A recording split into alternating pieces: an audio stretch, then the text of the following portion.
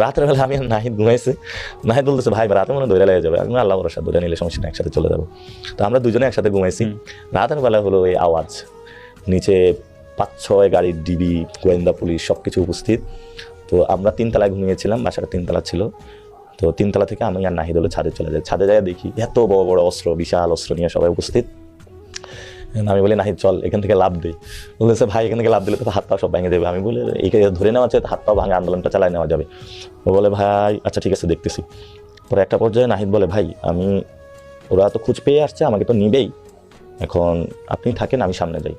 ওরা তো উঠে খুঁজতেছিল নাহিদ কই নাহিদ কই নাহিদ কই। তো দরজাটা ছাদের এই জায়গায়, নাহিদ হলে এখানে গেছে। তো ওরা নাহিদকে বলে এই নাহিদকে পাইছি পাইছি পাইছি পাইছি, এই সন্ত্রাসীকে পাইছি, এটা বলে ওরা ধৈর্য পোলো করে ওরা নামানো শুরু করছে। কোথায় দরজার এই পাশে ওরা যখন নাহিদকে পাইছে, ওরা এত উল্লাস করা শুরু করছে যে ওদের নির্দিষ্ট টার্গেট পেয়ে গেছে, আমাকে আর দেখে নাই। আমি তো আল্লাহ আল্লাহ বলে চুপ করে দরজা